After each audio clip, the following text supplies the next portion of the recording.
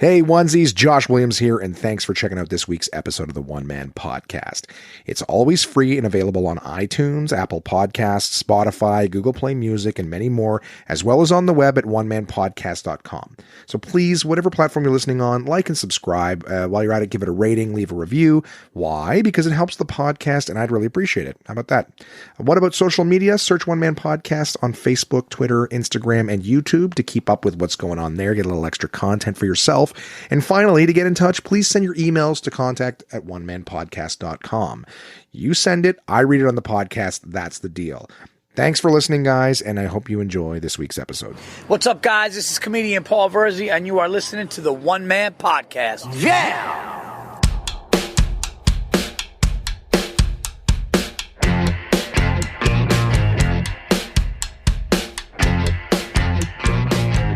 Hey, it's Josh Williams, and welcome to the One Man Podcast, episode number 118 for Wednesday, August 14th, 2019. How's it going, onesies? How you guys been? Have you had a good week so far? Has it been a lot of fun for you, living life to its fullest, or whatever's important to you? I don't know. My week's been fucking awful. I always assume that you guys have that, your inner monologue. I'm here this week with my pal, Vanessa Red, frequent contributor to the podcast, emails in, gives me shit when I'm not doing what I said I'm going to do. Oh, hey. She's a few glasses of wine deep this evening. No, I'm kidding. That's a dirty lie. We're having fun. I am at her place in London, Ontario. Of course, recording this on Monday.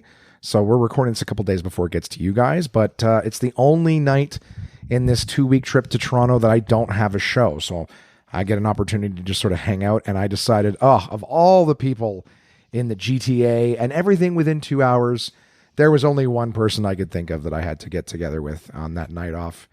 That's you, pal. Yeah. Thanks for having me. Booyakasha. Yeah, you guys made a great meal tonight. We had butter chicken. Oh, thank you. I had nothing to do with it. You made the rice, and you put stuff in the rice that nobody knew was there because we all dumped butter chicken on top of it. You're like, I went through the trouble of, did anyone taste the special spices? Did anybody taste it? Yeah. It was funny. Like, your husband, John's a chef. He did a fantastic job of dinner. So thank you for having me. Thank you for cooking for me. Of course. Yeah. It's off to a good start. So you came all this way. It's the least we could do. Oh, well, then do more. That's the least. No, we fucking handmade you ice cream, you asshole. Did you make that for me? Then I'm taking it with me. Well, we made it. You ate it. I did. Yeah, we had very decadent ice cream. And he made the butter chicken from scratch. It wasn't like, he dumped a sauce on pre-made chicken. Like there was several opened cans of ingredients that I noticed. So that was really nice. Spoiler alert, my kitchen's a hot mess. Yeah. Well, that's what your husband's doing right now. We get to sit around like, what is it? Like divas recording our basement podcast. And so we had a great dinner. We had a great dessert, That's your cat begging to be let in. I don't know if you guys can hear that or if Auphonic will clear it out. You hear, oh, it sounds like someone doing a really shitty cat impression. Yep, you can still hear it. That's hilarious. Are you going to let her in? She's just going to cry? This is the letting you guys peek behind the curtain. You get to find out whether or not... that's so funny that the cat just cries. Was it because there was still an inch open in the door that we could hear her? Well, she could hear us, but couldn't be a part of the party, so... Oh, well, that's disappointing for little... Which one's that?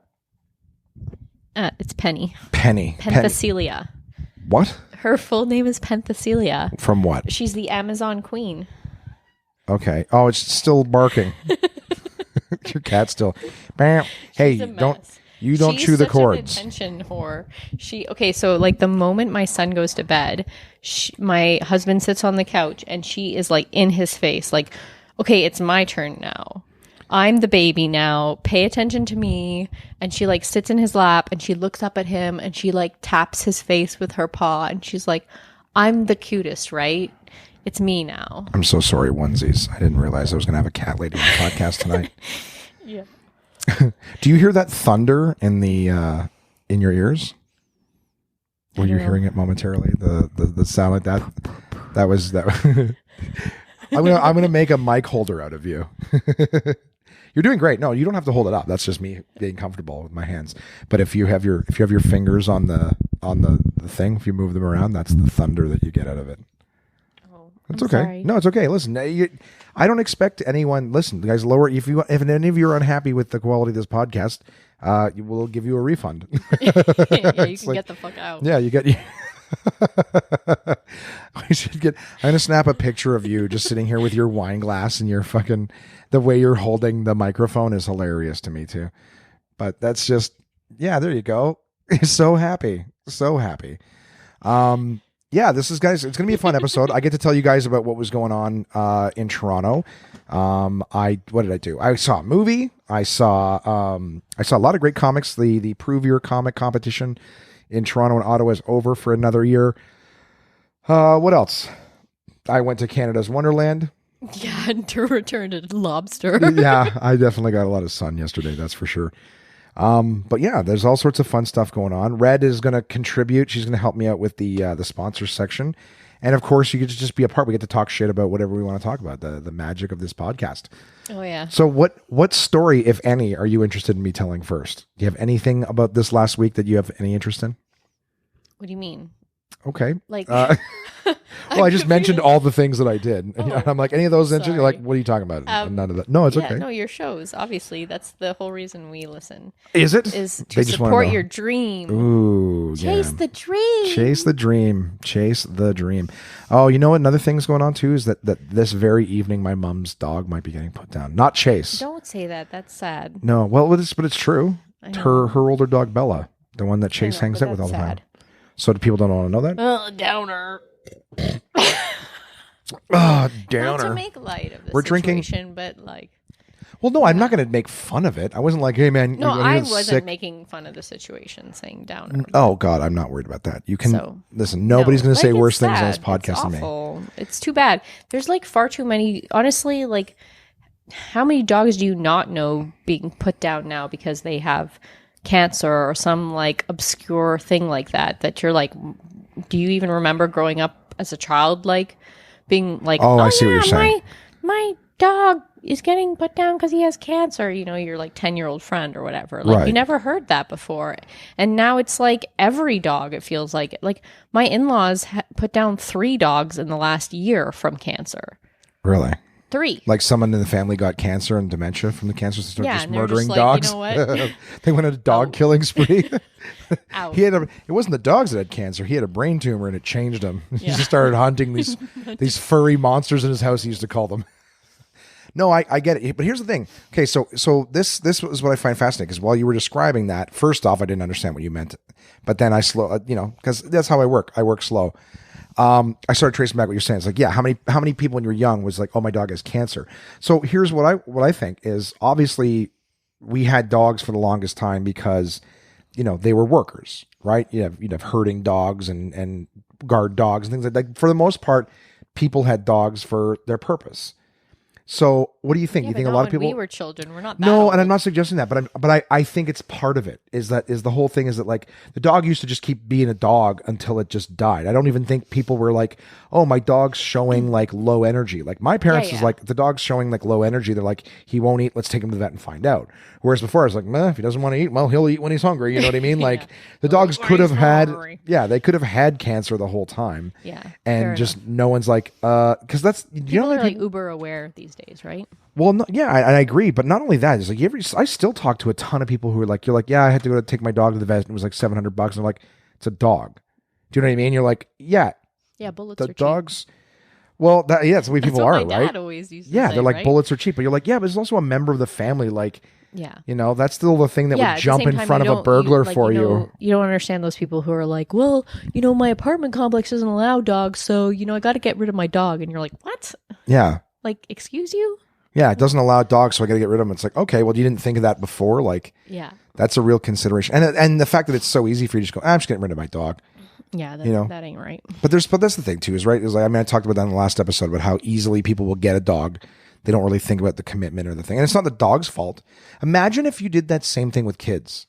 You know what? I got to get a new job. I got to work nights, so I can't have this kid anymore. I got to rehome the kid. Bullets are cheap.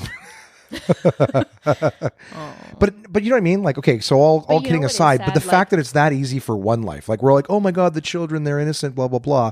But the idea that like the same person saying that could also have the mentality that, oh, bullets are cheap, or it's just a dog. Mm-hmm. It's still an innocent life that didn't ask to be put in the situation that it's put in, right? Yeah.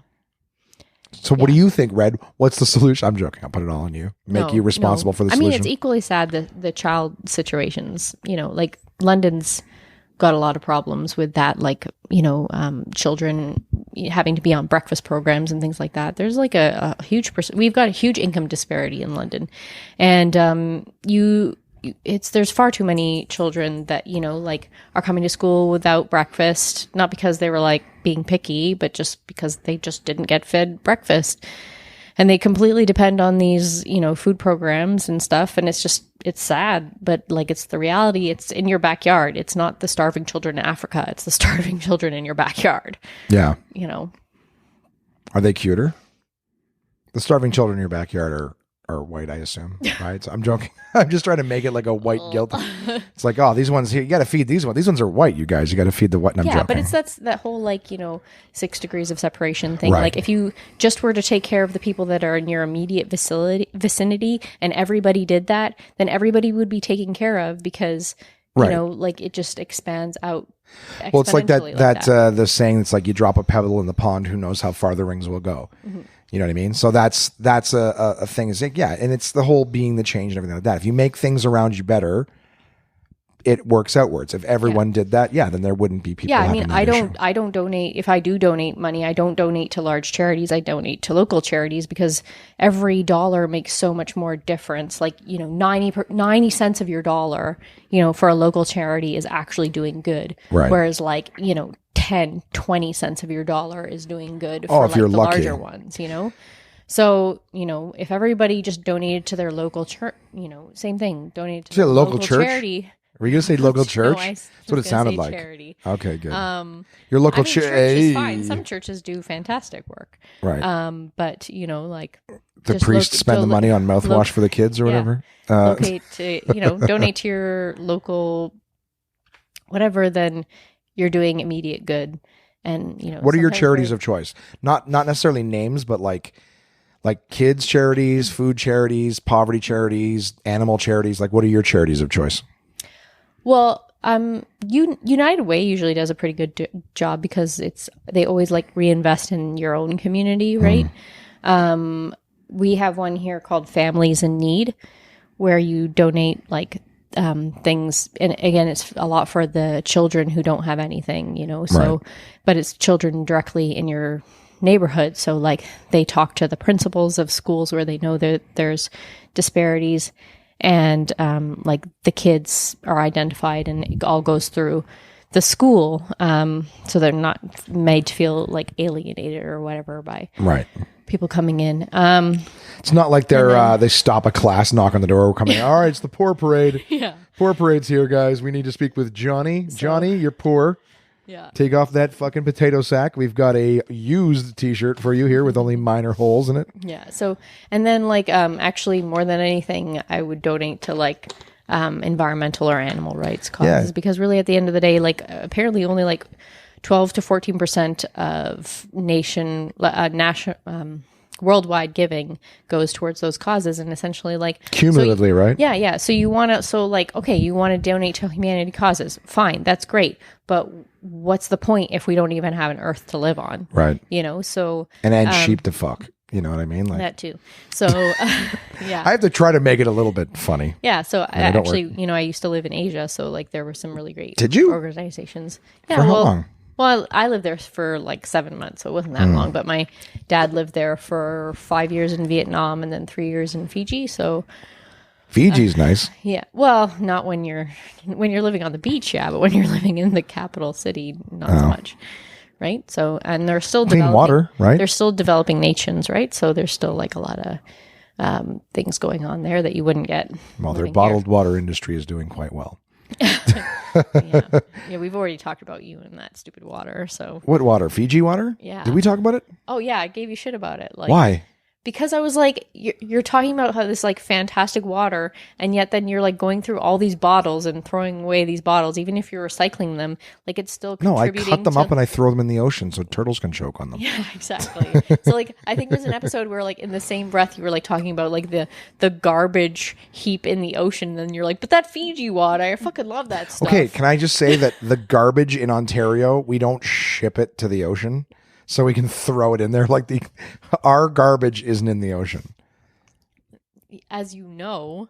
What do you think? There's a conspiracy, a bunch of people in cloaks, they like break into the garbage dumps, load up trucks, No, but like ship it garbage, 13 hours away by land. Blows away and it like disperses, it moves. Like you don't know where it ends up.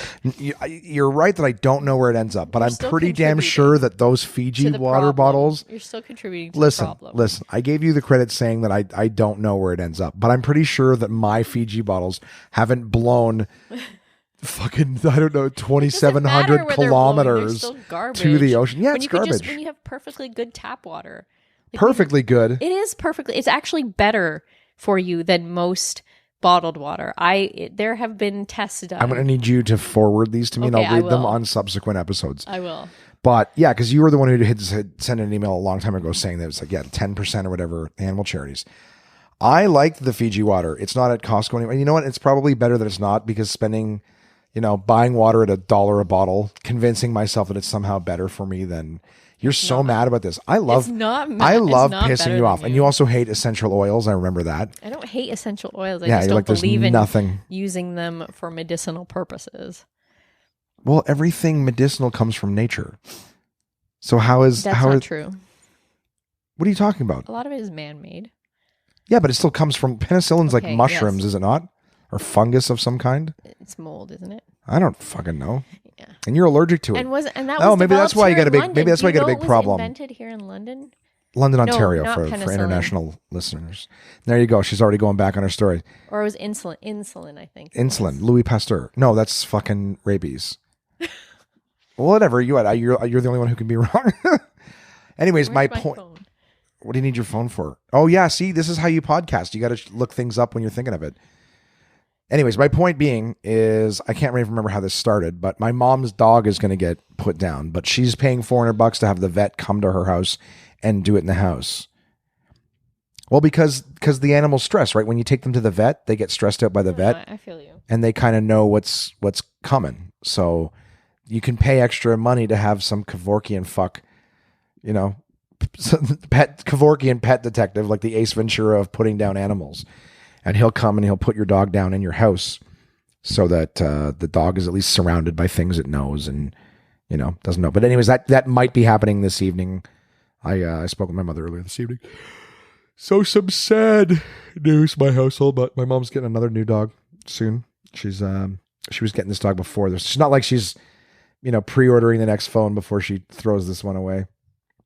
Did you find your answer yet? Because No. I'm talking directly to you and you're just staring at your phone. Makes me feel like everyone else in my life. Why won't anyone connect with me? All right, well, I'm going to start talking about the shows then. Red's going to find out what, if anything, was ever invented in London, Ontario besides sadness. But yeah, so I did shows at Absolute Comedy Toronto. I had a great At least time. I can own a home. That's it? Afford to own a home. Oh, okay. Because you're in London. I thought you were coming directly at me. You're like, at least I'm like, oh, okay. That hurts. Yeah, well, London's not bad. A lot of people shit on London, Ontario. I don't really care. It's a place. I've never had any bad experiences here. But back to Toronto, guys. This last week, man, did I ever have a good time. Some great comics this week. It was the Prove Your Comic finals. Who were they? Andrew Porto, Nima Nazari, Jay Freeborn, Jacob Balshin, and Sebastian Fazio. 5 phenomenal up-and-coming comics. All did fantastic. It was neck and neck with the audience voting all week. And then, yeah, Andrew Porto pulled it out at the end. And he was the wild card pick. So there's 4 weeks, and each week there's one finalist that moves forward. At the end of all 4 weeks of finals, there's a wild card chosen to be the 5th, and the wild card choice was the winner. So that was a pretty fun thing. We did. I mean, I can't really go into it too much because not a whole hell of a lot happened show-wise. I was doing so many other things this week that the shows were almost just like, at the end of the day, you got to do this. So while I had fun, a few nights the audiences were rough. Sorry for yawning, guys. The shows were a little rough with some of the audiences, but overall it was a fun week. The headliner Mark Bennett was absolutely fantastic. Mark is someone I'm going to get on the podcast. We tried to make it work this week, just was not possible. With his schedule in mind. But yeah, I'll have him on the show. Mark Bennett was absolutely fucking fantastic every single night. Great human being, great comic. Yeah, so we'll move off of that. All I can say is that the week went good, guys. I'm actually looking forward to the headlining week that I have coming up, and I'll have more stories to tell you guys of that, because that's the week where I get to, actually tell some jokes and stuff. When you're hosting a competition, you're kind of explaining to the audience what the competition is, saying names up and down from the stage, after each competitor. So not a whole lot to report off of that. But I will say that I did make the most of my days. Are you still looking stuff up? Who cares? It's not a thing. It's important to me now. Okay. Well, see, at least you know how I feel. Now imagine if you were just talking to the audience yourself and you had to stop and find it. Yeah, without hitting pause. Nah, you would. And that would be fake. You would make everyone think that somehow you were just on the spot with that knowledge. It's fucking Wednesday and I'm wearing pink. What? It's Monday. You're not wearing pink. Well, they're listening to it on Are you going to be wearing? And maybe I will be wearing pink. They don't know that yet. They totally know. I already told them it's Monday night and we're at your house. Shh. I'm always honest with you, onesies. Red, do you want me to be dishonest with everyone going forward? As you're always mad that I contradict myself. By the way, that's my thing. I like to contradict myself in the same breath. But so another fun thing happened this week, guys. First off, I spent an entire afternoon of my life at my favorite board game store, Board Game Bliss. They don't pay me to say that, but I wish they would. Yeah, that was just fun. I spent money there, had a good time on Wednesday, and then I did the shows Thursday. My good buddy Peter from Ottawa, he was down in Toronto visiting a family member of his. He's on vacation, and the two of us got together. We had some grub, and we went to go see Once Upon a Time in Hollywood. Have you seen that, Red? No. No? Any interest in seeing it? Yeah, actually, I heard it was going to be good. I mean, I don't know anybody who's seen it, but... Oh, okay. Well, you know me. I've seen it. Okay. It was good? Still didn't find your fact? Thereby. No, I found the name. Now I'm just like...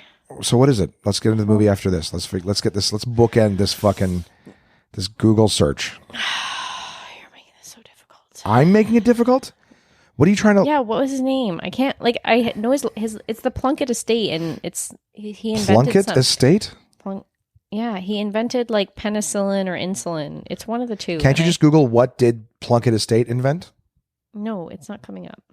Well, then it's not a thing. It is a thing. Anyways, fine, whatever. You don't care. Oh, I don't. But I'm trying to think for the poor audience. Okay, well, it's Plunkett, so figure it out. Frankie Valli, he knows about it. Frankie Valli, isn't he a singer? Yeah, he is. And he came up here to invent something with Plunkett Estate? No, he came up here to perform at the Plunkett Estate. Okay, so the Plunkett Estate is a place, which is what I thought. Yeah, it's so this guy, obviously he became rich off of what he invented, and so he has this estate that now, they rent out for, charity events and stuff. So that's how I know about him, but I know it's one of those two, and I can't remember exactly. So it's like if Mark... John would know if he came down here. So it's like a Mark... If he comes down, then we'll ask him. Well, so it's like if Mark Zuckerberg had a Facebook estate, because he's I got super rich off Facebook. Yeah, but he didn't invent anything. Zuckerberg? Yeah, he didn't invent anything. Okay. No, I'm sorry, I won't agree that Facebook it's an invention. What? An invention? Have you been drinking? An invention? And a Frenchman what? Insulin or penicillin. Oh, I didn't say that, but I'm just saying he invented something, made a lot of money, so he can build a Facebook bulb. Something. He didn't even create it; he stole it. Yeah, he did, but I mean, he created it. It's saying that Van Gogh invented art. No, I'll say that. If it pisses you off, I'll say it. But he didn't invent it.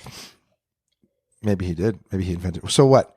So this guy invented. Well, that's but I think that you could use that same argument.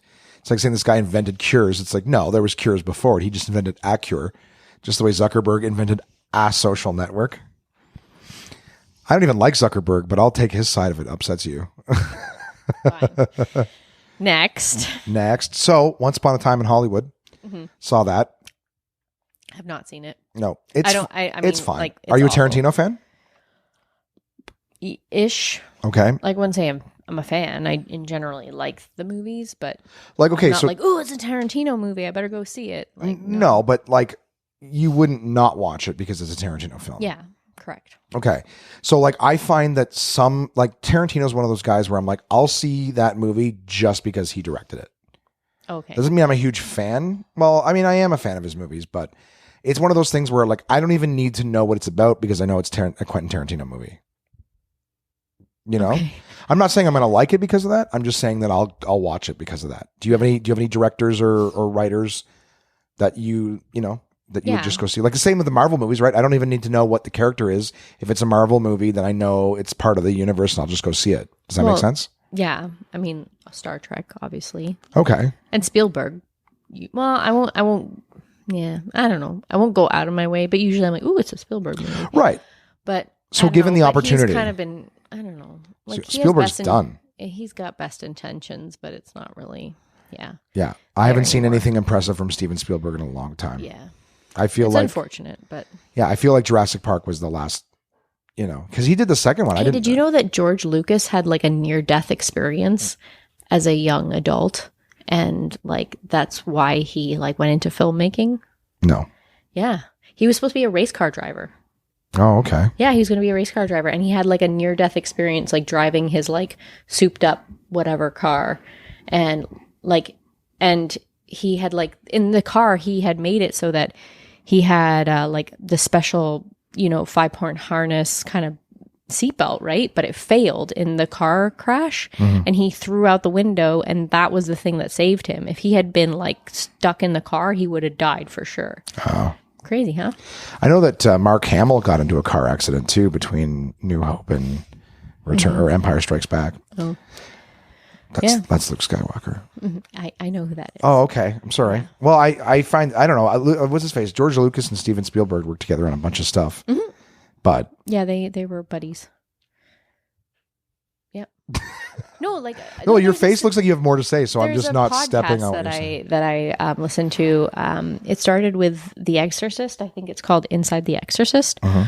So it started with like so it's kind of like historical fiction. So he kind of like makes it into a narrative. But it tells sort of the backstory behind movies, and it started with The Exorcist, and then he did Psycho and Jaws, and then he recently did Star Wars. So it's really interesting to just read to listen to the backstory of like while it was being made, the things that were going on, what was going on, what the like situation was at the time. All those movies were sort of like new for their time, and it was like sort of unheard of to have movies like those ones specifically.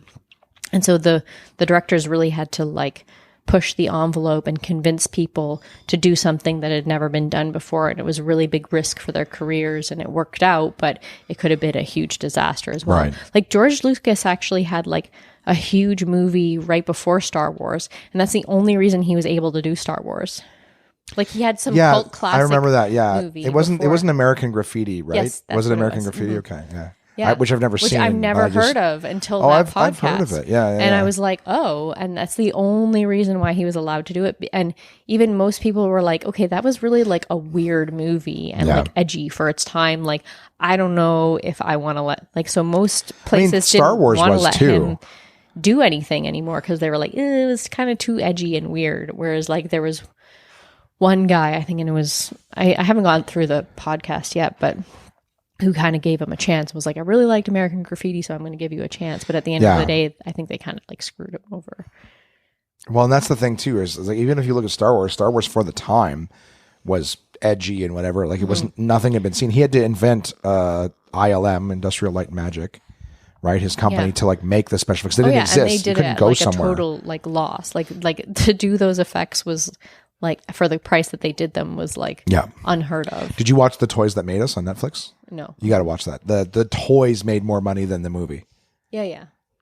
like what other movie 10 was times. That? There was another movie where like the toys like were way more important than the movie ever was. I can't remember. Well, He-Man is one of the ones, but that's what it was. That's what it was. Yeah, that's the thing. He-Man was toy first. Flash Gordon. Oh, really? Well, it's possible. I don't know anything about that. Remember. But anyway, there's an eight-part documentary series on Netflix called The Toys That Made Us. Did you watch any of it?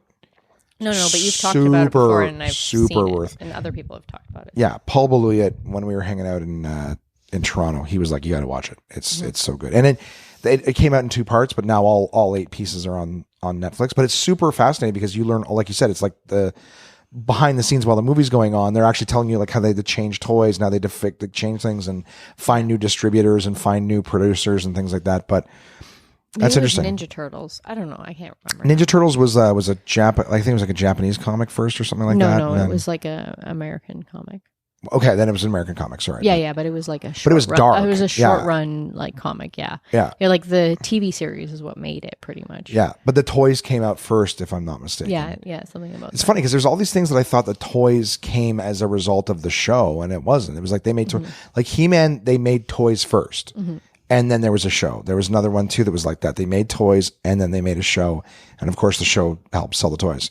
But Once Upon a Time in Hollywood. See, it's easy to go off on shit. Yeah. It's fun. Yeah, Once Upon a Time in Hollywood. I will give Tarantino the time of day.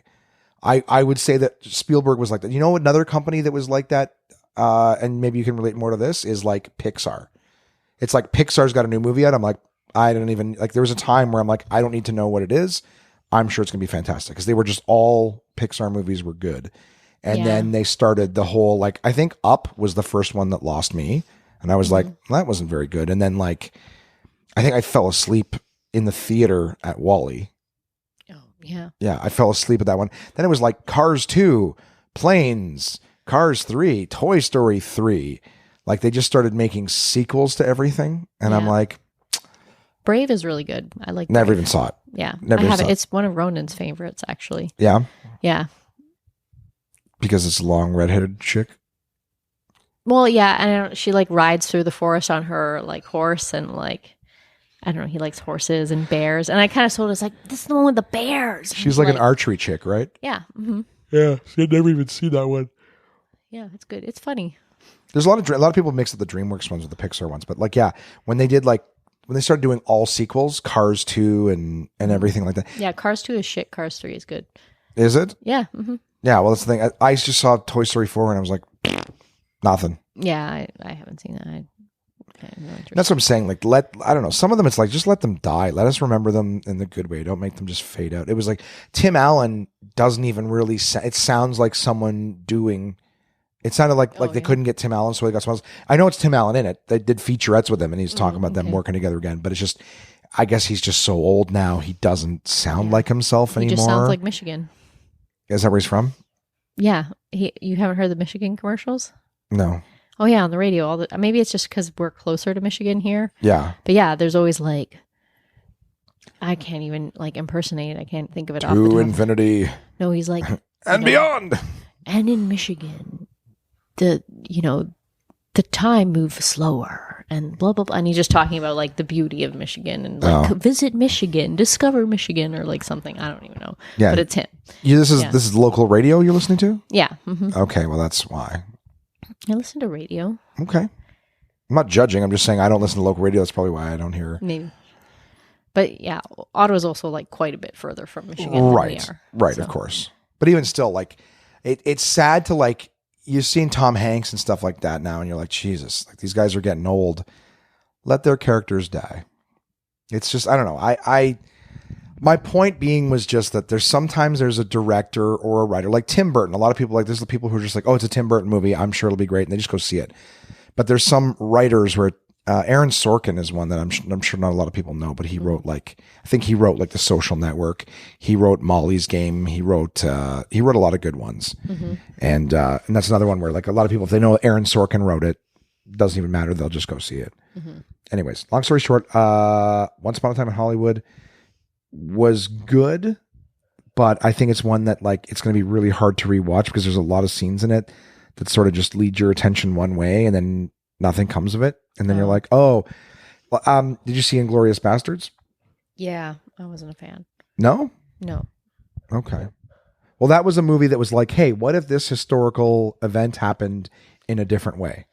Yeah, no, I understood the premise. I just was like, No, but sometimes it just gets like it distracts from the story with all their like swearing and gore Right. and inappropriateness, and it's like, okay, fine, but it has a time and its place, and it's like, well, that's what he likes to can do. we like talk? can we do the story, please? Right. Like, I don't give a crap about all that. Well, the reason I brought up that whole, like, what if this happened in a different way is that's what Once Upon a Time in Hollywood is like. Is like, what if this event happened that we all know, everyone knows this event, it's a historical event, but what if it didn't happen like this, it happened like that? The only thing is you knew that going into Inglourious Bastards. You don't know that until the end of Once Upon a Time in Hollywood, which makes going back and watching it again to me like, oh, well, this is why do they have all these scenes when it didn't happen that way? It's almost like, oh, I know what's going to happen because of this. Oh, and then this happens and this is, and then nothing. What did happen happens differently. Yeah. So I don't know. I enjoyed it. I like Tarantino's one of those guys that he can write good dialogue. You know what I mean? Like you'll watch the scene in Reservoir Dogs where they're just sitting at the table having breakfast. Yeah. You'll watch the Royale with cheese conversation in Pulp Fiction, you know? Even, did you see Hateful Eight? No. It's on Netflix. It's good. Maybe. Kurt Russell, it's like cowboys and they're stuck in a cabin. I think John was watching it, but Yeah. I was not really watching it. Fair. Well, there's a big long scene where they're just in a carriage for like the first 20 minutes of the movie. And it's just conversation. That's what I like about his movies is, like you said, he can write a good story, but sometimes it does go a little crazy where it's just violence, Yeah, gore. and I'm just like, Yeah. Yeah, no, I get it. Anyways, go see it, but lower your expectations, I think is my, anyways. What else did I do this week of note? I had to do 2 activations. No reason to go into them, but all I know is I spent 2 days before doing what I do, and that sucked. Next. well, Whatever, it is what it is. Something's got to pay the bills, right? Well, just in case everyone's like, so what are you doing with your days? You right? And you go to the gym? I did go to the gym. I got to the gym once.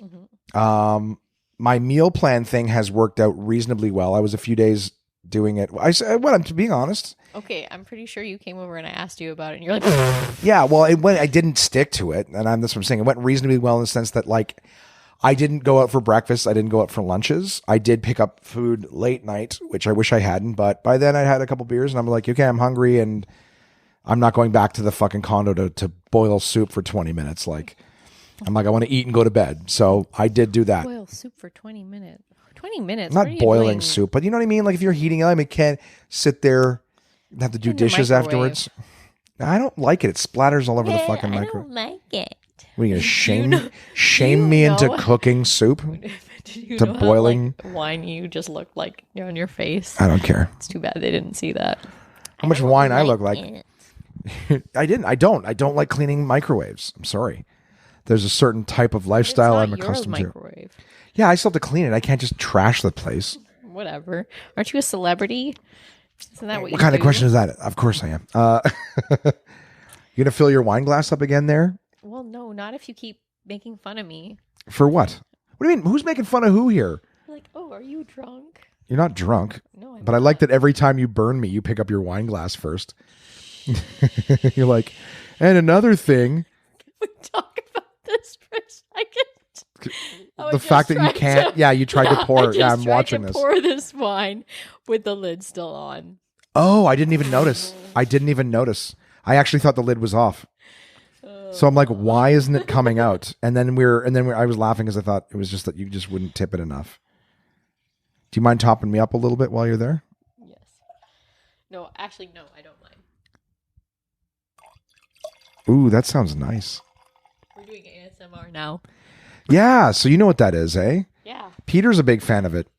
I've never honestly listened to it. Apparently- I don't think it would work. Do you know what it Be stands my for? thing. He told me what it stands for.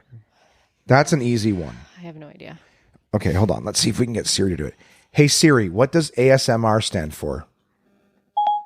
Okay, I found this on the web for Hey Siri, what does ASMR stand for? For fuck's sake. Check it out. Yeah, let's try Google. No, it's right here. I just clicked on the thing. Hey Google, what does ASMR stand for? Autonomous sensory meridian response.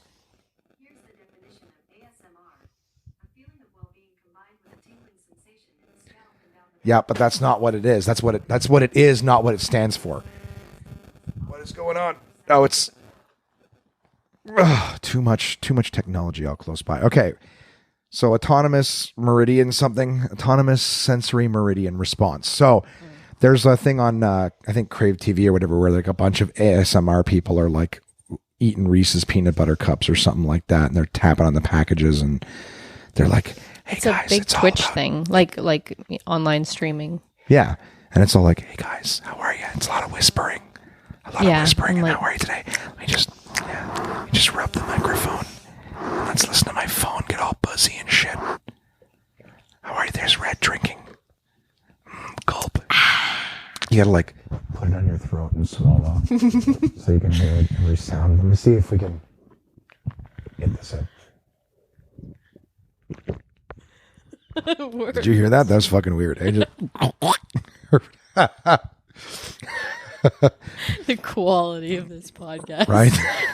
Fuck you. People who want to get to know me, this is what I'll do. I'll sit here and I will fuck with my friends and I will jam a mic. What? You don't like it? Try it. Stick the mic to your throat and have a sip. Why not? No, this is stupid. This is stupid? I don't know. I'm having fun. Okay. Do it. No. Why? Is it gross? I don't know. It's weird. Well, yeah, that's the whole fucking podcast is weird. I don't know why anyone listens to this. I'm not But I sure. appreciate it. I still appreciate the fact that you guys are out there listening to it. I have Anyways. a moral obligation. Do you? I offered to not do it. What was it? Peter was telling me he listens to that ASMR stuff. And there's some people who like listening to people slurping food. Some people like fingers on stuff. Peter likes this ASMR Yeah, stuff? my buddy Peter. Okay, but isn't he the one who complains about all your slurping and whatever Right. on your podcast? Maybe that's what it is. Yeah, and you're right. He is the one. He's like, damn it, Josh, you're turning me on. Yeah. But it's not, I don't think for him it's a turn on thing. Because some people it's a relaxation thing. Oh. So it's like listening to when I was chatting with him about it, I was saying how how some people, when we were kids for the longest time, there was like CDs of like rain on a tin roof or thunderstorms. Like that's an example of ASMR, but just early stuff that people are like, oh, people find this pleasant,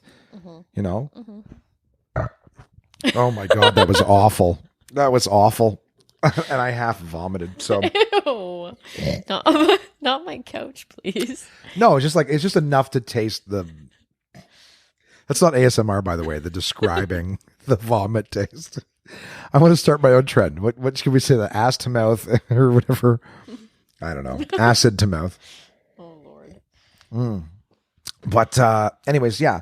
But there's people will like tap on products. So I think he was saying people will like with fingernails will tap on like the packaging of things. People will slurp noodles. They'll suck on candies. They'll whisper because the sound of the whispering is very nice and blah blah blah. So there's all these different kind of things they're doing. Anyways, I don't even know how that came up.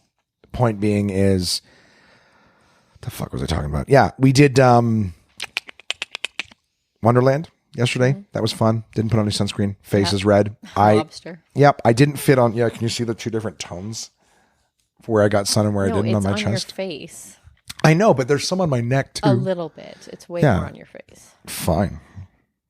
My face is red, everybody, in case you're wondering. Very. But yeah, there was a ride that have you been to Wonderland recently? No, I actually haven't been since 8th grade. Oh wow, you should go. It's fun. Yeah, we keep meaning to and just not. Yeah. Yeah. C'est la vie. Well, make a commitment.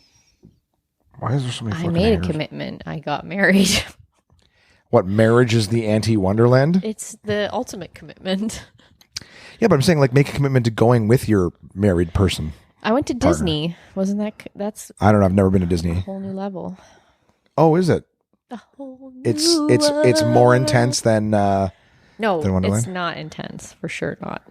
Okay. Like the rides are not intense at Disney. It's like more the experience than like the intensity. Right. They're like, just buy everything. No, actually I didn't feel that either. Huh. Yeah. I've never been. No, I didn't feel like pressure to buy anything there. Like, yes, you spend money because you're on vacation, but I didn't feel like it was any more expensive than going to like Mexico or Dominican. Okay, I've never done those because they're very expensive. But Well, yeah, but I mean, like a lot of people do. I like that, how you're right? like, yeah, that's like a very Bill Gatesy. I was gonna say Zuckerberg again, but it makes it sound like I like the guy. But a lot of people do that. A lot of people, like from Canada, anyways, like it's cold all winter long, and so we want to escape the cold, and so we go to Cuba or Mexico or Dominican Republic. But to me, it's just going to another beach, and I'm like, Right. I've you seen one beach, you seen them all, kind of thing. So And what would you tell the poor listeners, Red, that haven't had a chance to see all the beaches like you have? that I'm just joking. have not seen all the beaches. No, you're like, if you've seen one beach, you've seen them all. I'm like, well, have you all seen all the beaches? No, but that's just that's why I don't go to Right. all of them, right? Like, Yeah. I'm like, well, I've been once. To me, like, that's enough. Well, and that's the And- thing too. Like, I'd rather go and experience another city. Like, I like going to New York. I like going to LA. Vegas, because that's something to experience. But when someone's like, "Oh, I'm going to go to Punta Cana, all inclusive, and then just drink on the beach all day," and then it's like, then we're going to go to Dominican, drink on the beach. Then we're going to go to Cuba and just drink on the beach. Yeah, I'm like, I don't- all you're that's doing is not my getting thing. drunk in the sun. You could do that. Yeah, anywhere. Yeah. So why? Yeah, you can stay home and get drunk on your back porch all day, every day. Maybe not in the winter, but Yeah.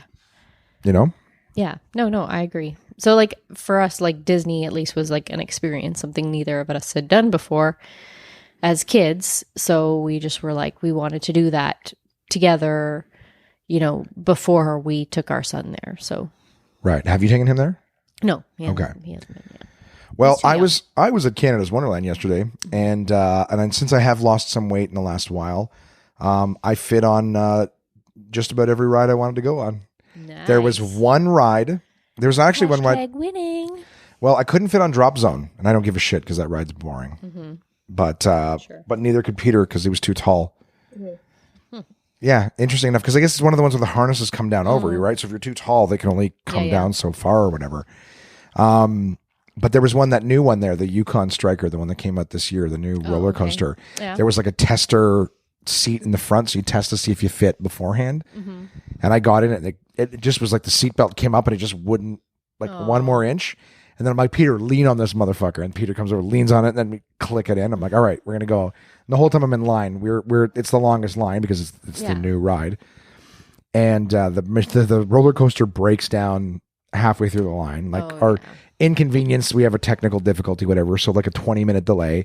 We didn't get out of the line, but they weren't letting any new people in the line.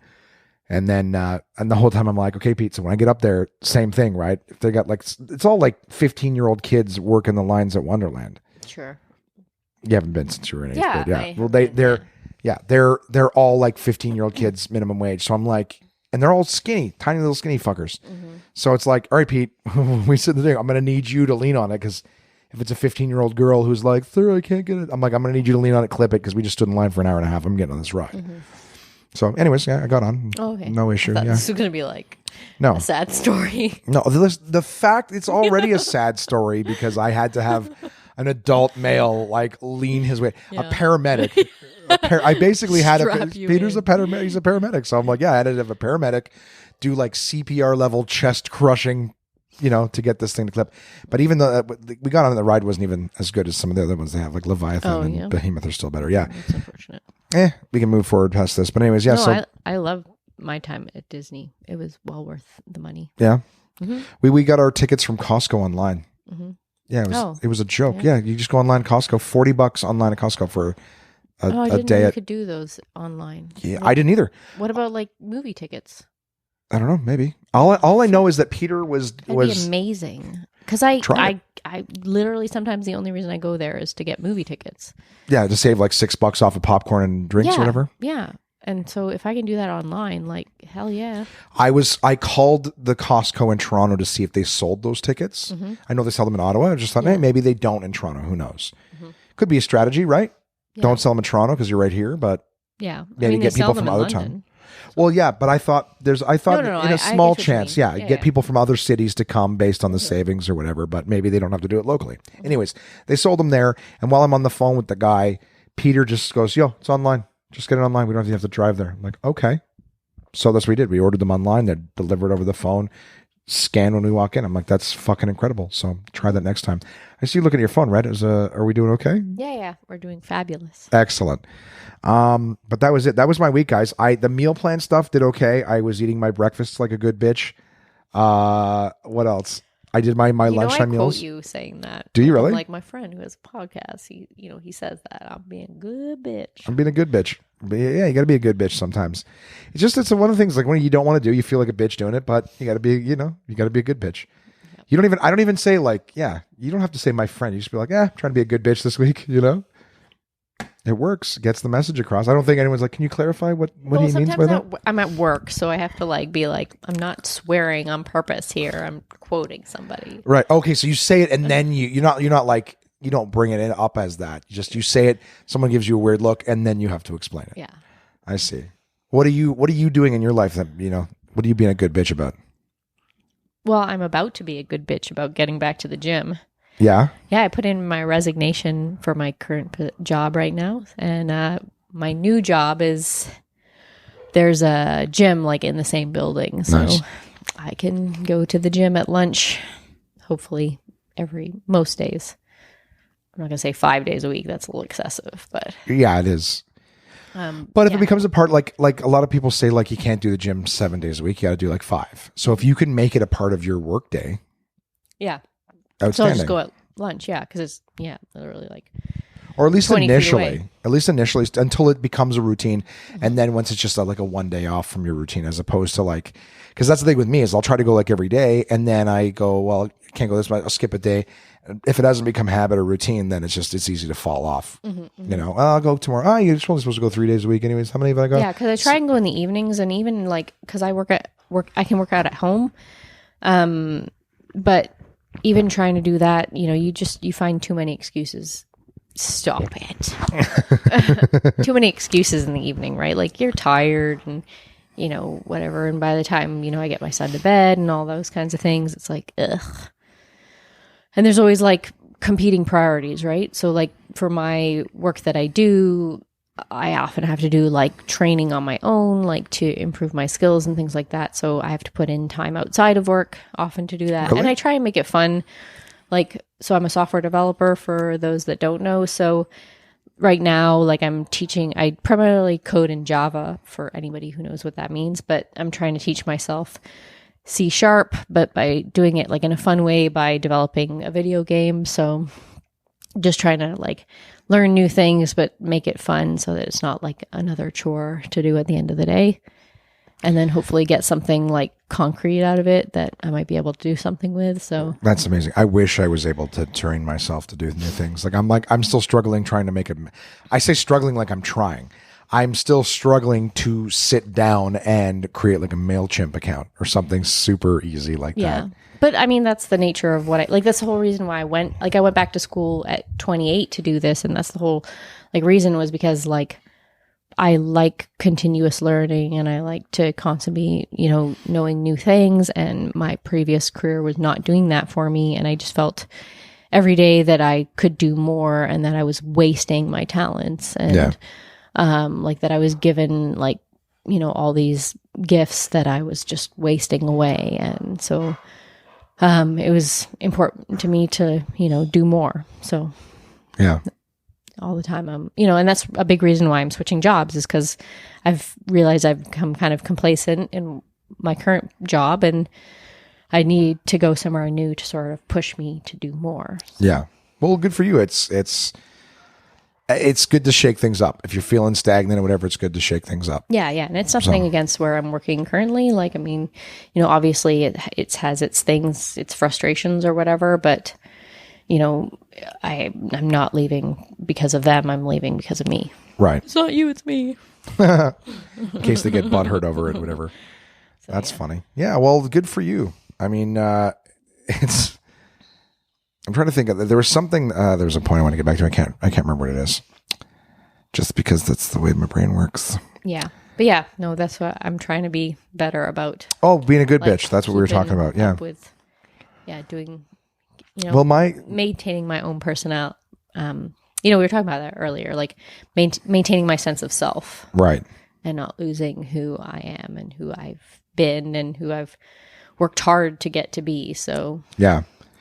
We were talking about people who, at the dinner or whatever, we were talking about people who they work hard to get an education in something and then they just decide they want to be, and this is not derogatory, but just for what it is, just I've got this education, I've got this career, and then they just have a baby and they're like, no, I just want to be a housewife. Yeah, and there's nothing wrong with being a I'm saying it's not derogatory, but that's your what it is. Ultimate goal, but it's confusing to me when somebody works really, really hard to become something for years and years and years, and then suddenly it's just nope, I'm just going to stay at home. That's easier, and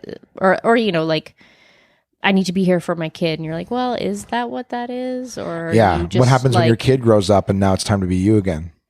Yeah. And yeah. Like, did you cultivate what you want? Yeah. And it's fine if that was always your sort of like, inspiration, or like, people who do the, home businesses or whatever. Right. If you're always like entrepreneurial spirit, like there's one mom that I know, like that she had a job and whatever. But like, she always wanted to like have her own bakery, like, or baking business. And like, she always kind of like would do it on the side, but never really have time and blah, blah, blah. And then she had her second kid. And that was sort of like the breaking point of like, okay, well, daycare is so expensive. Like, is it really worth me going back to work? Maybe I just pursue this baking thing and start my own business. And then I can kind of do it in my own time and take as many orders as I can manage and make my money that way. And then I'm able to kind of be both. Right. And it's still something that you can do, like, with a kid. It's harder, but you can still go back to it and you keep it alive. You don't just go, okay, well, I got all these degrees in something that I'm just going to stop doing altogether and never go back to theoretically.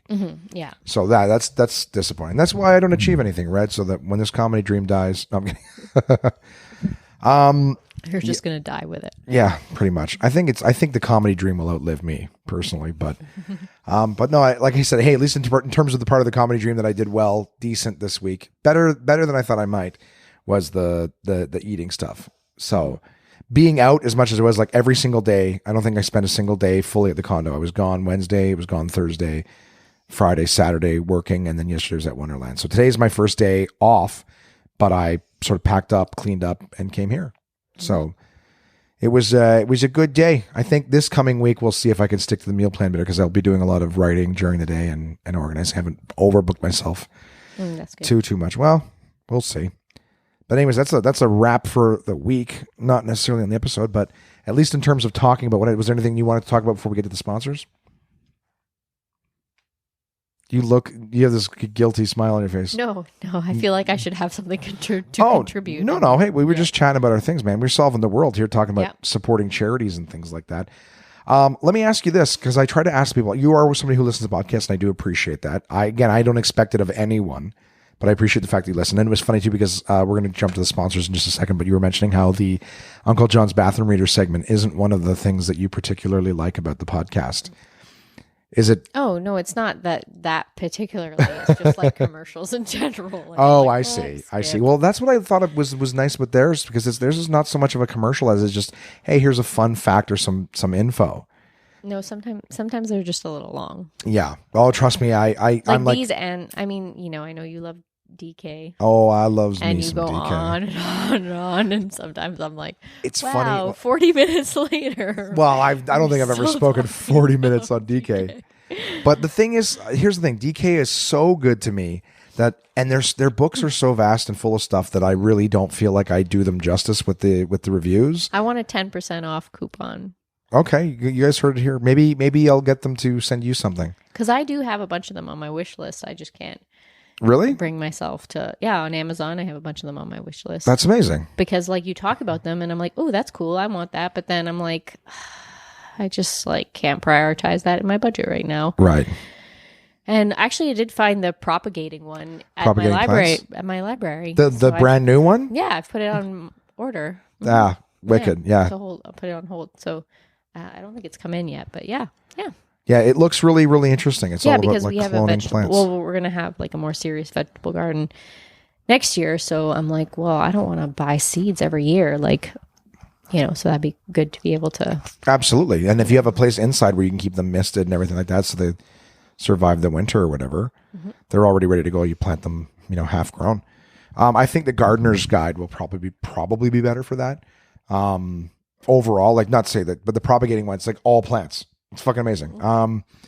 Groovy. Well, having said that, then, is there anything? Let me ask you this, just real quick, just because I want the feedback, or whatever, and I try not to just take everyone's feedback and immediately implement it. But what are the things that you like about the podcast? What are the things you don't like? No wrong answers. I don't know. I don't think there's things that I do or don't like. I don't like it when you record from your car. Like, I prefer when there's like When there's quality on the recording. quality audio. You don't like when I'm sitting next to my mother just insulting her the whole way and Yeah. talking about sex stuff with her? Yeah. Yeah, but no. Is it just purely the quality? Yeah. Okay. Yeah. Yeah. No, I can respect that. Hey, that was one of the things I think I did right with this podcast is I know that not everything I was talking about was interesting all the time. Like, I'm well aware. I don't know if anyone listening is like, does this guy think everything he says? Not in the slightest. I don't think anything I say is interesting.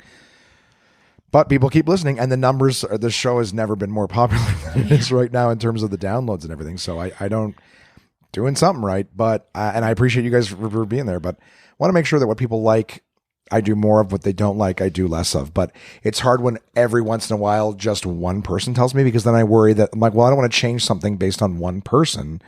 But since that's the only voice I'm hearing, do I act on it? Yeah. So that, I mean, some of the things that like people have complained about, I'm like, yeah, but that's Josh's thing. You know? Like, that's his shtick. So, well, like drinking, I'm like, fuck, you try talking for an hour to 2 hours straight without getting a little dry or needing to whet the wit. Like, you've been really going at that one. There you go. Right? It's hard. And the thing is too, like when I do it at home, I've got the mic sitting on the mic stand. So I don't use the handhelds or the bases. It's just there. So I'm talking and whatever, blah, blah, blah. And I'll grab a drink. You know what? I'm sorry if you don't like it, but fuck you. If there's millions, there's millions of people listening to people slurping noodles, and it's like, it makes me relaxed. I can't wet my whistle for practical reasons. So people are doing it to make money. You want to listen to me drink noodles? The fucking noodles. I can't do it. Anyways, so having said that, guys, just you guys know, contact the onemanpodcast.com. Send me an email. If there's something you like, you don't like. Still waiting for. I want to give a quick little shout out. Did you know that this month, for the very, very, very first time in One Man Podcast history, right now, the United States is bigger downloads than Canada. Uh-oh. I am more downloaded Canada. in the United States That's than I just am in rude. Canada. Can't And handle that right now now. the East Coast is still very big. So Slaying it. yep, Nova Scotia still downloads the One Man Podcast more than anywhere else in Canada. Ontario, very disappointments where all my friends are. Yeah. You know, I've got friends, of course, Matthew, and Nova Scotia listens, but I'm just surprised. So, hey, Nova Scotia, thank you so much for being such big fans of One Man Podcast. And in the United States, Virginia is huge on the One Man Podcast. So thank you, Virginia listeners. If any of you guys want to just say hello, I'd love to get an email from you and just say, hey, I'm listening. And you can email in and ask. Say like, Vanessa, Josh, we know you're not very smart, but Vanessa's smart. So tell us some things about software. Anything. If you guys want to, I would love for the onesies to email me asking someone I've had on the show a question, because then you would have to email back, Yeah. and be a part of it. Like just getting everyone chatting. But I would love to hear And from if people. I don't know, then I probably know somebody who's smarter than me that knows. Okay. And you want it to be software related? Well, I mean, that's... What if you just started getting like weird, like creepy, not sexist, but like sexual mails through me? Someone's like, that chick's, I would ask the same of any of my guests. Just, you're like, yeah, ask me a question. It's like, what kind of, like, you know what I mean? It's just like these weird questions. Well, first of all, I I'm would be not like- sending you audio clips. No, well, I'd have to put my own spin on it. But no, I think it'd be funny to just, and now if I planted that seed in their heads, that'd be so funny if we just started to get emails. I'm still going to read them. That's the deal. I told you. Someone sends me an email, I'm reading it on the podcast. I'm sorry. But you'd love an episode where there's like 4 emails all directed at you instead of me. I think that'd be hilarious. I'd be like, oh. Yeah, you don't have to answer them. But I mean, the deal is I'd have to clean them up a little bit. Would I? Are we We're definitely not PG. This podcast? Yeah. Not in the No, slightest. not even a little No, bit. this podcast got me fired. Like, I've broken up a relationship. I've been fired in record time. 2.5 days is now my new record for being fired. Why did you do that? The job or get fired? I didn't choose to get fired. I didn't choose it. Well, I guess I don't know. Did you hear the episode? I feel like maybe I did and didn't realize. Like, and didn't finish it, It came down. It came down 6 hours after it was posted. Okay, no, probably not then. Yeah, because it was like posted. I went to work. They were like, "Hey, why don't you come on in here?" And they're like, yeah, blah blah blah blah blah. And then I pulled it. So that's most I've ever said. I shocking. never.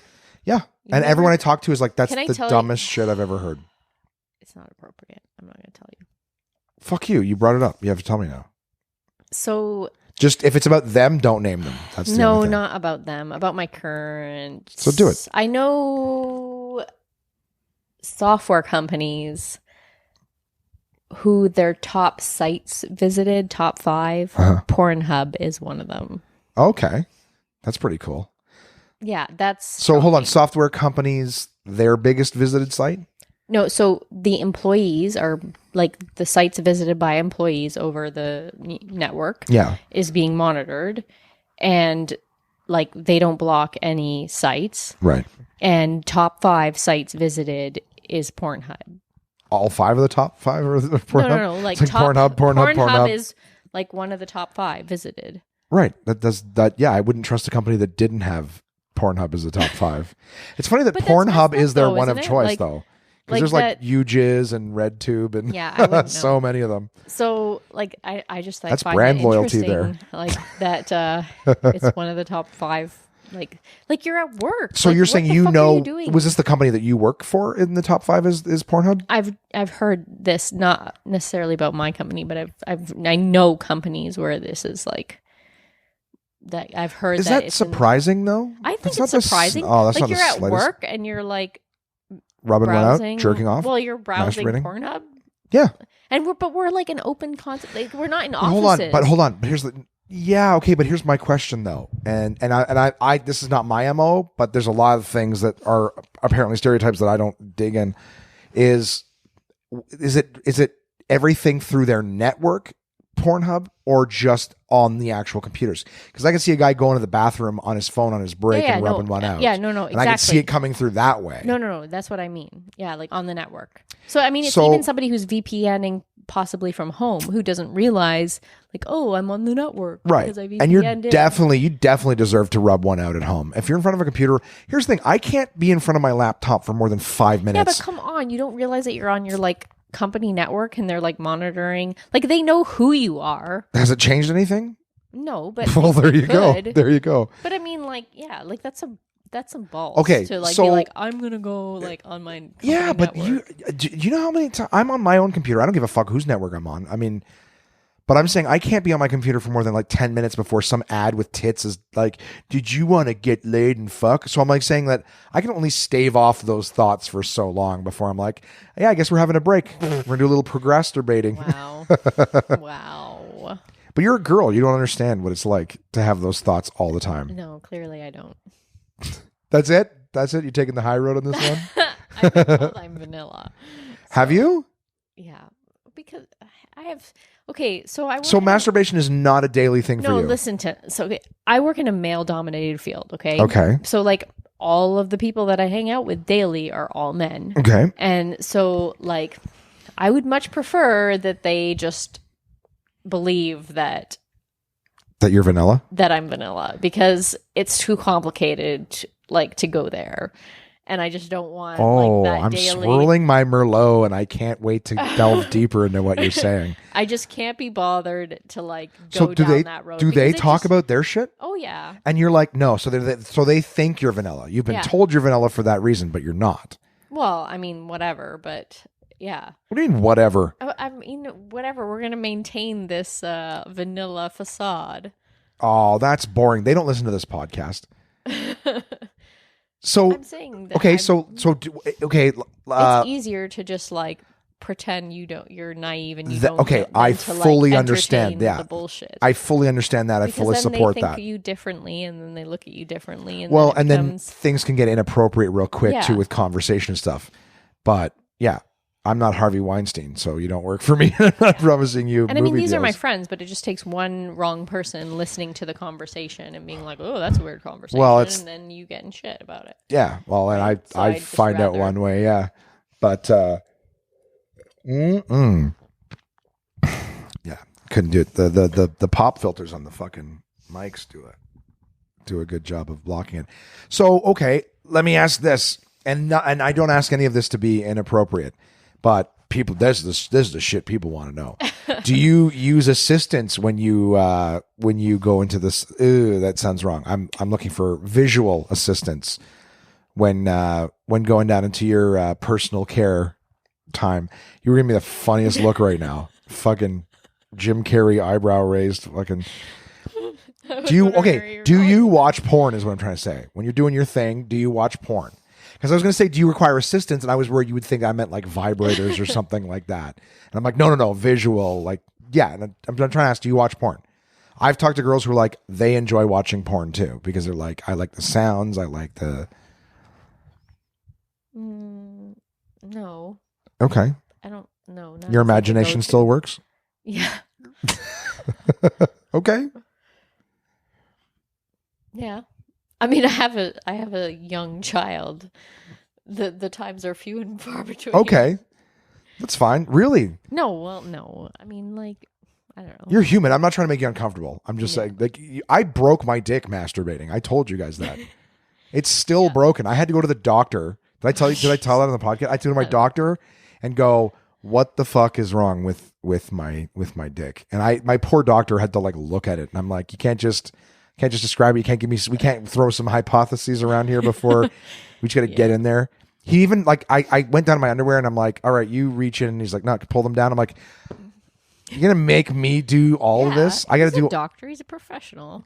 Still, you you reach in or you pull down. Like, what are you going to see through the That's more skin? weird. No, because like, you reach in, it's like sensory deprivation, right? If you take away the visual, because it's inside me anyways, the pain was at the base. Oh. So I'm like, if you're going to just reach in there, no, I got to pull it down. You got to stare down the barrel of just that horrific scene. And you got to make me do it, like a fucking child at a urinal. I don't know. It was just uncomfortable. It was so uncomfortable. But that was basically it. Like the hypothesis is that I sprained my penis. For like 5 weeks, it was sprained. Good work. Yeah, I beat the shit out of it. You're your own domestic abuser. Yeah. That's how funny is that though? Like you beat the shit. I only like and the funny thing is like that day I was particularly unmotivated. What? Well, if you're that's overzealous? I told my doctor like that because I called it. I said I was doing a lot of procrastinating, and he was like, he laughed and he's like, "That's funny. I've never heard that before." I'm like, "Yeah, a friend of mine, comic said that to me years ago." But that's the funny thing to me is like, okay, so you just beat the shit out of your dick, and that's that. Like you can break it. You know what I mean? Yeah. That's the thing. I went to my doctor, and it's physical damage. The warranty's voided on it. Do you know what I mean? You broke it. He's like, broke it, you buy it. He even said that, like, he goes, he didn't say you got to go easy on it. He's just like, it's everything. All the nerves and everything down there are very sensitive. It's just going to take time to heal. He's like, you don't even have to like stop. Like he said that like it's a hobby. And it's no more of a hobby of mine than every other male. Do you know? But I'm saying that like a nice like before, but so was there before you were a mother? Was it more? I guess. Yeah. I don't know. Like I could do it before bed every night. It's a good way to. It's a nice little nightcap. Oh, for myself? No, that's what I have a husband for. No, but that's what I'm saying. That's what you have. What? A husband for. A husband for? Oh, please, you guys every single night before bed. I do know people though who do that. Yeah. Like that. Like it is expected. And I was like, Lord. Well, the expectation isn't that the incel thing. If you don't get it, then you're an incel, an involuntary celibate. Yeah, I don't know. Yeah, I would have no expectation from another person every day, but it's like, yeah, when you're in a relationship, you can't always go, oh, nope, I get all my sexual satisfaction from my partner. All of it. Always, all the time. Yeah. Sorry, but yeah. Really? All of your needs are met? Yeah. Interesting. First person, let me write that down. Mark it on the calendar, guys. The first person ever in history to say that. Are you going to go congratulate my husband? Not in the slightest. I don't believe you. Okay. But hey, if that's the truth, good for you. Good for you. Hey, other onesies listening, can you guys send me emails about how your partners fulfill you in all ways possible? you need for nothing else. I think I'm making Red embarrassed. I apologize. But hey, on that particular note, why don't we move past this weird stuff? The point is that there's companies that have employees that will jerk off at work. And I'm envious of those people. I guess I'm self-employed, so when I'm sitting around at home busting my fucking dick, like, yeah, don't check my fucking My history. Oh, stop. What is that? Joshua. Oh, what is this nonsense? I think it's because I was putting my phone on top of the cord, your mic cord. All right, guys. Sponsor time. My partners at portablepress.com. Yeah, and this week we're going to be reading from Uncle John's, what is it called here? It's How to Toilet Train Your Cat and 61 Other Ill-Conceived Projects from the Uncle John's Do-It-Yourself series. And I figured since Red is such a fan of this segment, she would be the one to read. And it's also, she's probably better at reading out loud than I am. So I can just riff on what she says. What are we reading, Red? How to Make Antimatter. And why'd you pick that one? In honor of my recent Star Trek tattoo. Ooh. Yes. I will. You can post a picture on Instagram, Okay. Facebook, and whatever else you post things to. Not Pornhub. I don't know how to post on Pornhub. That's actually, you know what's funny that you bring that up? I don't know how, like, because it's people that post on there, right? I have no. It's just there's always all these videos. So I imagine people share like YouTube, and then you can just, and then people comment on it. And they say the Sure. grossest things. You just shuddered? No, I just had a cold chill. What were you thinking of that terrified you to your bones? Anyways, this page is only to be read by interstellar space travelers or supervillains who need a little help building a doomsday device. What you'll need: particular collider, nuclear physicist, construction crew, atoms of a high atomic number, and lots of electricity. So like Home Depot, you can get that stuff? Yeah, do it yourself. 1. This is about the most advanced thing you can do in the world of nuclear physics. So, the first thing you'll want to do Was is that the get a whole degree. page? That's all that was on the first fucking page? I'm running the segment. Oh, you got to read all of it. You can't just skip shit. Why not? Because that's how It's it the works. Stuff in the box. Read the box shit. That's like for like if it's Oh, an anecdote. man, you can't do that. You just skip shit. Red, come on. I'm running a Okay. tight ship here. This matters. It says it's in the box. Antimatter is a strange material made up of antiparticles. They're similar to regular particles, but they have opposite electric and magnetic properties. Scientists believe antimatter could someday be used to power spaceships, cure cancer, or make horrifically destructive weapons. The most notable antimatter experiments are currently underway at the Large Hadron Collider, LHC, housed in an underground laboratory in Switzerland. In its entire history, the LHC has produced just 10 nanograms of antimatter. That's barely enough to power a 60-watt light bulb for 4 hours. So Gosh. see how important that was? Because I didn't even know what the fuck antimatter is, but now I know I might be able to cure cancer or something with it. So naturally, I'm going to want to know how to create it. Now I know why. Okay, Thanks, so Red. do it yourself.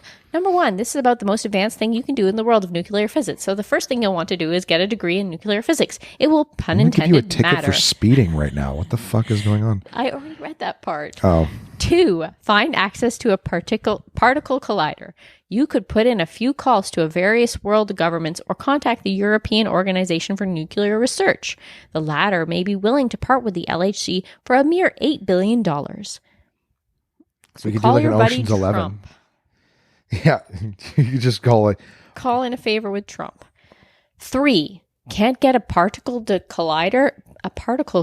See, it's not Then as build easy a as- particle it's not collider. as Pick easy out as a it seems. spot 100 miles or so away from civilization with a circumference of around 17 miles. Then, utilizing more equipment and steps than we can fit into this article, begin drilling into the ground until you reach a depth of 160 feet. See, it's fucking easy. I'm doing it right now. You're saying it super fast. so fast, and I can't even understand what you're saying. Construct a tunnel 15 miles long and 12 feet wide, lined with concrete before building the necessary accompanying offices and other facilities. Fill them with all the equipment and nuclear physicists you'll, turning the page, need, in addition to a few things you may not have considered. Warning, if you mess up even the smallest thing or miss the tiniest of details, you could maybe destroy the universe. Critics of the LHC argue that its scientists could accidentally create a black hole or a vacuum bubble capable of gobbling up our planet, or a galaxy, or all of existence. I watched Stranger Things. I think that's what they were doing in the 3rd season. No, they were doing the same thing in all seasons. But I'm saying that's maybe they were just trying to make antimatter instead. They made like Privately owning and operating a complex experimental facility like this is likely considered extremely illegal in every country in the world, and doing so might make you the most dangerous human being who has ever lived, except in Russia.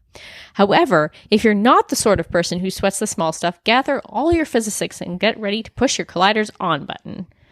4. Check the date on your calendar because making antimatter with your collider could be affected by the moon and what's called lunar attraction. Ooh. When the moon is full, the So do you Earth's have, like, a crust moon rises fetish? by about 10 inches. That's enough to really mess with your collider. Wait until a new moon before you hit that on button, just to be on the safe side.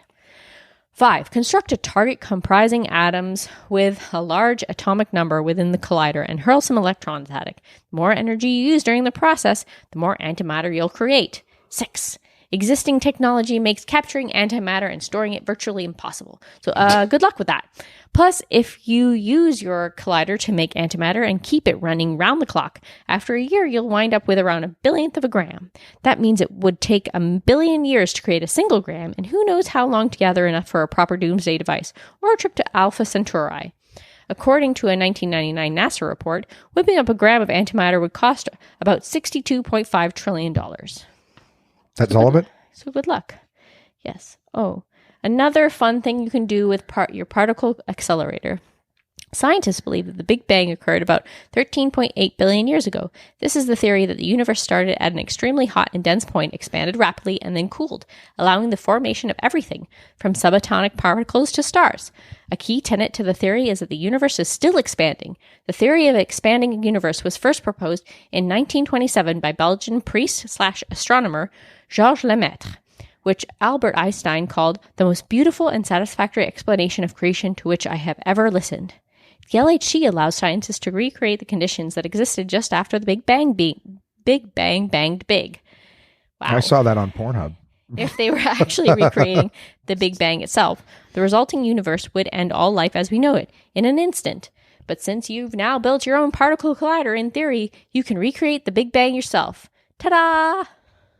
He didn't say ta-da, but I said that. Well done. Yeah.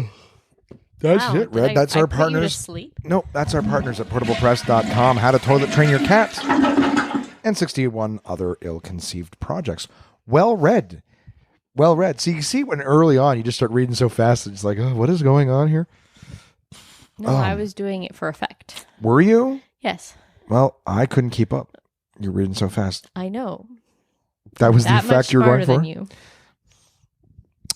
Listen, you put so much stock into education, okay? I put in the application of knowledge. That's what Slurpee Slurpee. Why don't you just go back to your wine there, you fucking lush? No. I'm white girl. Are you wasted enjoying right it? now. Are you enjoying it, though? At least fine. the Crawford Merlot? It's fine. It's fine. You don't like it? It's fine. It's fine. You seem to be enjoying it. No, it's wine. Can't let it go to waste. Yeah, it's not bad. I don't have to work tomorrow or anything. Oh, you don't have to work? Oh, you do have to work tomorrow. Yes. Sorry.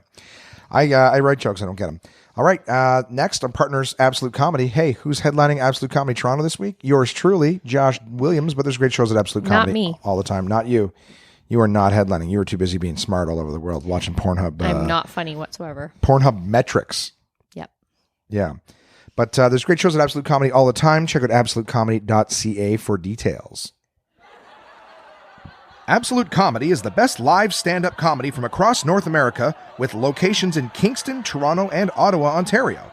These comedians have been featured on Just for Laughs, Netflix, Comedy Central, CBC's The Debaters, Jimmy Kimmel Live, Conan, The Comedy Network, and much, much more.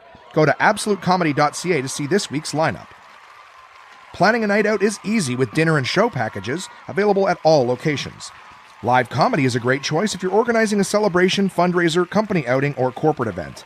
Want the show brought to you? They'll send comedians to your venue with performances tailored to your event, creating a night of laughs your guests will love and won't soon forget. So for showtimes, ticket prices, gift certificates, special shows, and more, head to absolutecomedy.ca. Again, that's absolutecomedy.ca for the best live stand-up comedy from across North America. Oh, and is there anyone else I forgot? Did I forget anybody else? All my partners at DK, Dorling Kindersley. So, guys, here's the thing. I brought a book with me. DK sent me. I wanted to get it reviewed tonight, but I just didn't have time to read it. And I'm not going to give them a half-ass review. I'm not. But I will tell you the name of the book. The name of the book is called Graphic Design for Everyone. And I flipped through it, saw a ton of great shit, and I'm going to have it read. I will have it for you guys next week. So having said that, however, being here with my good friend Red, who is also a DK fan, she has a DK book, a wish list with many DK books on it. She has reserved, what was it, propagating plants you told me from your library or whatever. Mm-hmm. Yeah. And And homesteading one. yeah, there's so many great DK books. But you have one here that you did with your son featuring. Oh yeah, it's a classic family favorite. Sophie the Giraffe, colors. Yeah, it's a little kids flip book from Yeah, DK. It's pretty good. It's pretty sturdy. My son used it as a young child for a long, long time, and it's withstood the toddler test. It's still in pretty good shape. So it's a book, each page is a different color, and all her multitude of friends are hiding behind different colored objects. And it's a little flip book. So like you flip the page and then you see who's hiding behind the certain object. And but the flips are actually, like nice and thick and sturdy. So, the kids can't really rip it and tear it and make a mess of it and ruin the book that they so love. And so it's actually worked out pretty well for us. So would highly recommend. If you're looking for a nice DK children's book. Children books, actually. It's actually cool. And it's featuring that Sophie Giraffe, which was like what? She was like, was she from France or she was from a European country, right? Maybe Belgium. I think she's from Belgium. And the thing is like, it's like a giraffe toy that it's like the number one thing you're supposed to buy your baby or something because it like stimulates. Toy. It's like, chew yeah, toy. it like they teeth on it, but apparently it's also like the colors are stimulating mentally for it, the way the legs. Yeah, they're supposed to be it's supposed to be a big deal because the whole thing is there's so many different things that it does in terms of mental stimulation. So it's like, it's for all the senses. It feels nice that they chew it. And, I mean, it also had a lot of issues because people would put it in the bath and then it would like grow mold inside of it. Yeah. And like there were big issues with like people like cutting open their like Sophie the Giraffes and being like, oh, look how much mold is in here. Oh, you really? should never buy one of these. It's like, no, just don't put it in the bath, you dum-dum. Interesting. So, like, yeah. So they would cut them open. They would be fucking mold on instead. I want to see if I can find one of these on YouTube. Yeah. See if they have a Sophie mold. Sophie Giraffe mold. Here we go. Yeah, what's inside? Oh, this is a 10-minute video. Parents reportedly find mold in Sophie the Giraffe toys. USA Today. We gotta listen to fucking ads. I'm not telling whose ad that was. Parents may want to check a popular teething toy for mold, is what it says on the screen. Pediatric... Jesus Christ, that's a big word. No, you have to go back. I couldn't read it, and I couldn't pause it in time. Pediatric dentist Dana Chianese told Good Housekeeping she was cleaning her baby Sophie the Giraffe when she smelled something musty. I decided to cut into Sophie out of curiosity and discovered a science experiment, living inside. Sophie's maker, Vuli, told USA Today, it is important to be careful while cleaning the toy to ensure that no water gets inside the giraffe. Chianese says she always followed the toy maker's cleaning instructions and never submerged Sophie in water, but still wound up with smelly, ugly mold. What do you think, Red? Do you think she's full of shit? Yeah, I think that's hard to believe. That she never submerged it? Yeah, there's no way. Come on. Another mom posted this photo of her child Sophie's in an Amazon review. Yeah, it looks like fucking lungs. It can happen for sure. Like if you let it soak and don't, hang it, find how the water can get out of it, back out of it. But yeah, no, there's definitely like rubber duckies and stuff that I have for my son's bath that all over time toys.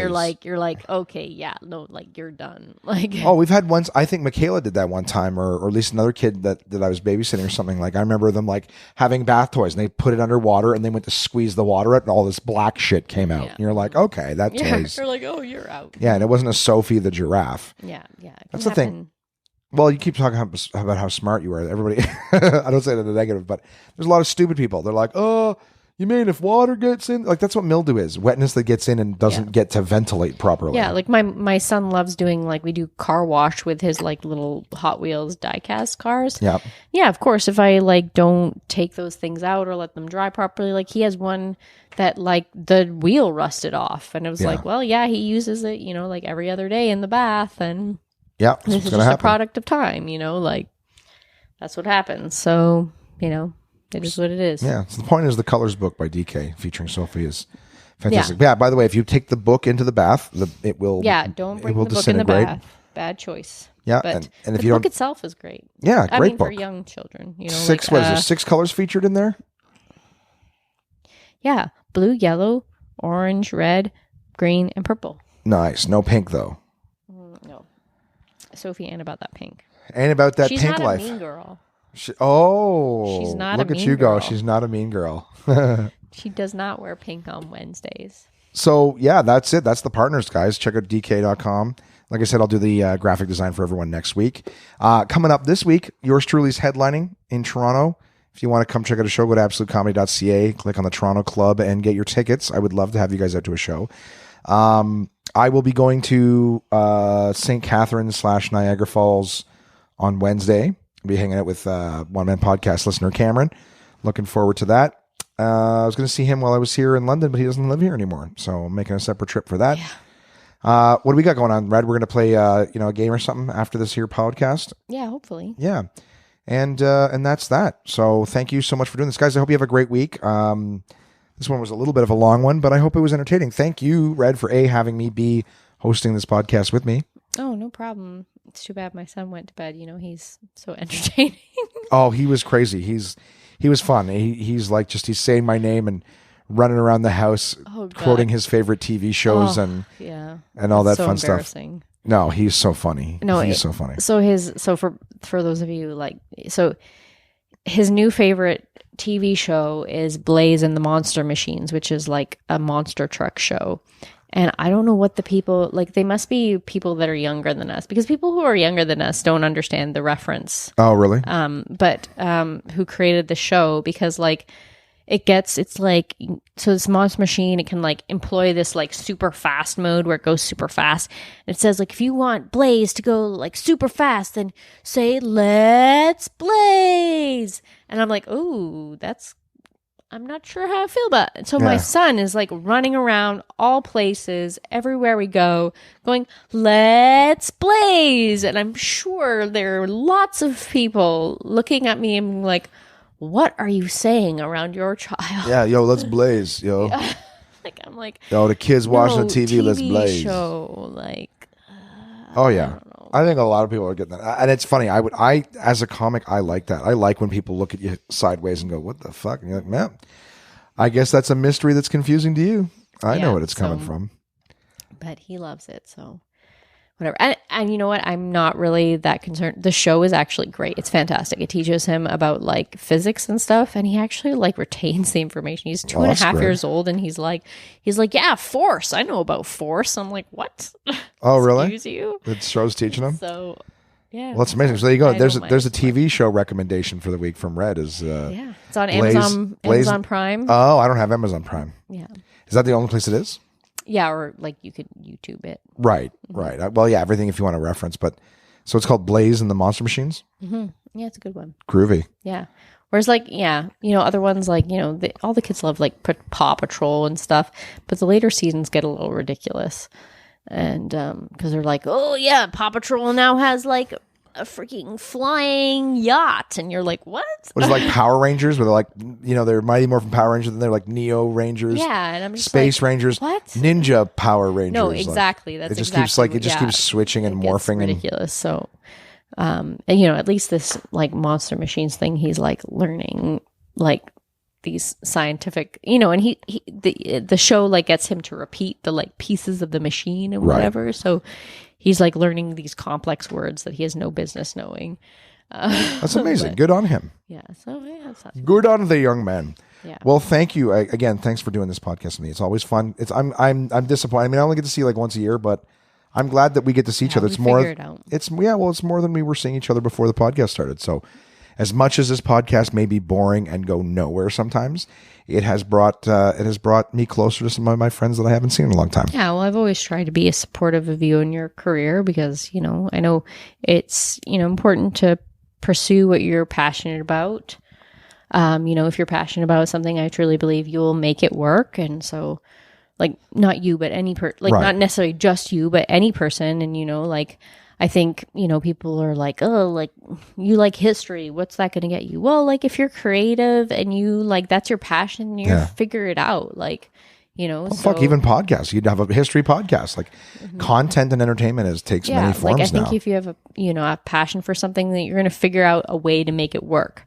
But, if you just do something because you're like, oh, it's going to make me money, then yeah, you may make some money, but you'll never make the potential money that you could because you're not passionate about it. Right. So, so I've just, I still have like that magazine that you won the award that first time. Oh, really? Yeah. Like you signed like a copy for me. I still have it. I think I was doing that fucking ironically when I first, I'm like, oh, there you go, guys. Here's some autographs or whatever, blah, blah. It's like, I have so it. funny. Well, one day it'll be worth something. You might I be dead. hope so. But... I really hope every stupid thing I've done has been of value or will be of value at some point. But in the meantime, guys, hang on to your episodes of Woman Podcast. Make sure to subscribe because... might be worth something one day. Yeah. Well, the thing is, or you might have downloaded an episode that 6 hours later gets pulled and, and it's worth millions of dollars. Yeah, exactly. You get to hear stories no one else hears. Well, you guys have a great week. I will be back in Ottawa the next time I talk to you. So I'm hoping to have a great week of headlining shows and some fun stories for you guys next week. It'll probably be just me. I can't think of anyone who's going to be sitting with me on the next one. But yeah, thanks for listening. And I'll chat with you guys soon. Thanks again, Red.